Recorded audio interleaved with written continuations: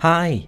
Today we are going to look at some of the musical gems inside of John Coltrane's mystical and profound opus, Wise One, from his colossal 1964 album, Crescent.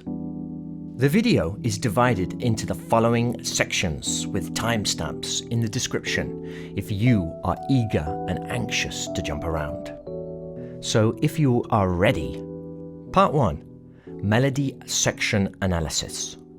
To start, let's first listen to John Coltrane's masterpiece, Wise One.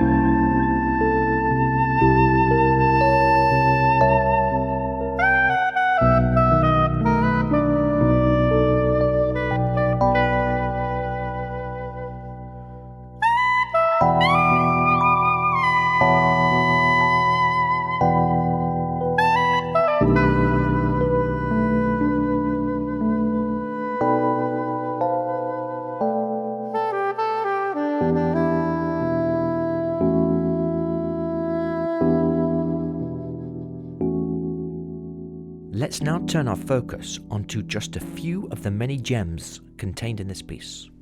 First of all, the A section is just on E minor, but that word just can be a big barrier. Let's listen to a small sample of McCoy playing on this E minor. McCoy Tyner is basically rocking between two sounds in this section, the E minor tonic home and the F sharp, both chords over an E bass. The F sharp minor wants to resolve gently back to the E minor home tonic. What McCoy plays is magic, of course, and cannot be reduced down to these crude chord labels. However, there is a takeaway for us lovers of improvisation.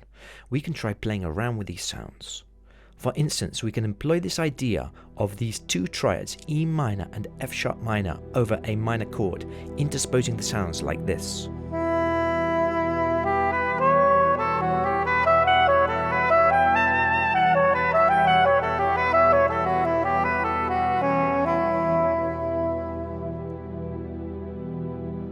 We can try interpolating G major and A major, which perhaps is more muscular.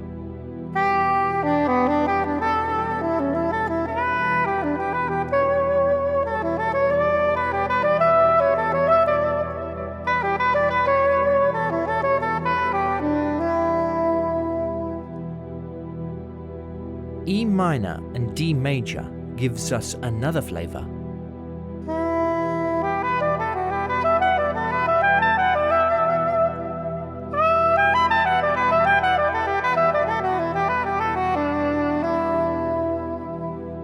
And E minor and B minor are very interesting. The B minor was referenced indeed in the melody.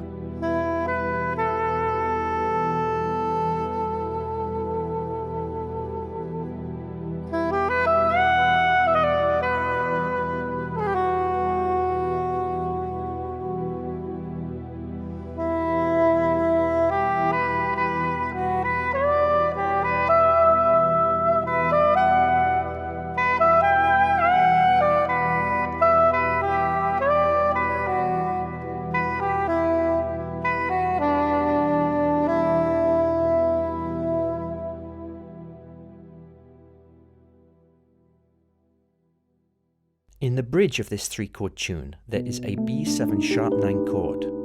McCoy can be heard stacking G and F triads on top of this B7, evoking mysterious sound images.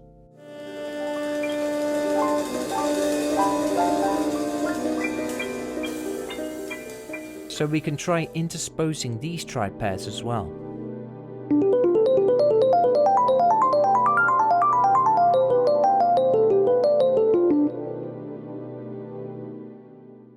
Part 2. Solo chords. First of all, before anything, I want to point out that this incredible chord sequence Coltrane wrote for the solo section is not the same as the initial Wise One tune that we just looked at. This in itself is not the normal in jazz, but Coltrane was way beyond normal. Before the chordal analysis, I'm going to play the first two lyrical choruses of Coltrane's solo over this incredible sequence, so you get an idea of the profound mood John created with this haunting harmony.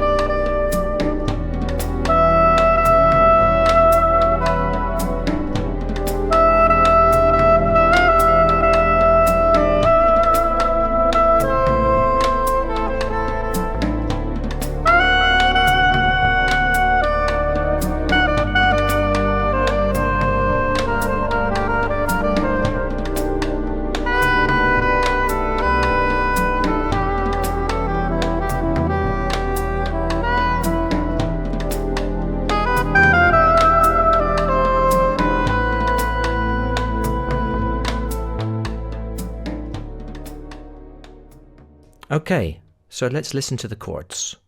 A minor, add 9. D7, augmented 5th. G minor, add 9. B7, augmented 5th. E minor 6. And E7, augmented sharp 9. The home or root chord of this wonderful sequence is the E minor chord, as this was established before in the melody. So the solo starts on the 4 minor chord. By the way, this is the same as Autumn Leaves.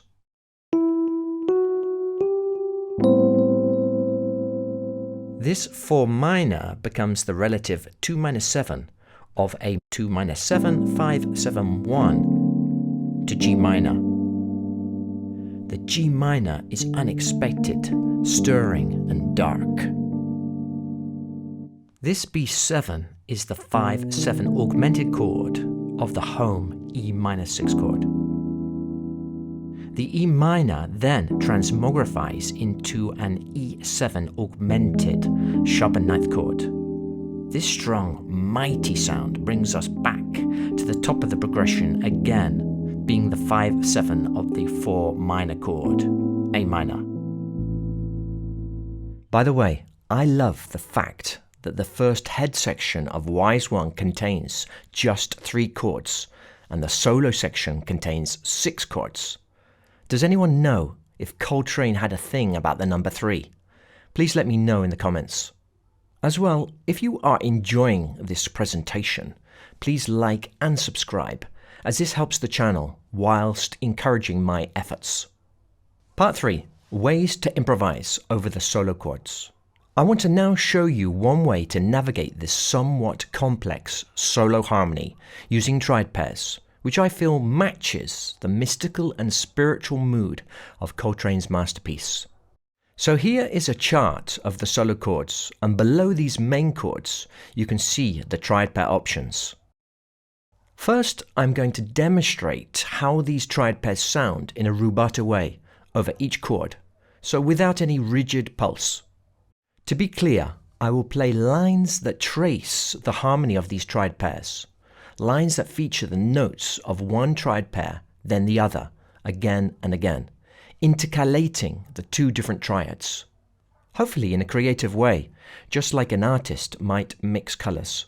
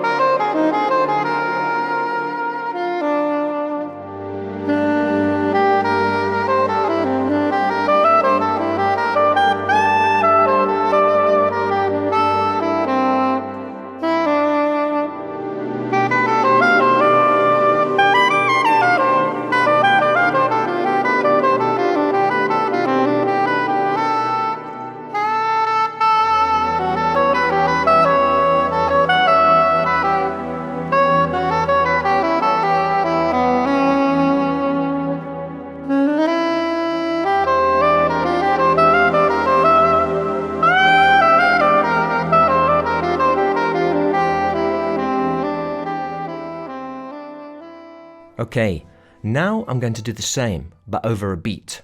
That is, improvise using triad pairs as the melodic raw material. By the way, the triad pairs and melodic shapes that I reference come from the Encyclopedia of Triad Pairs course. Thanks for watching.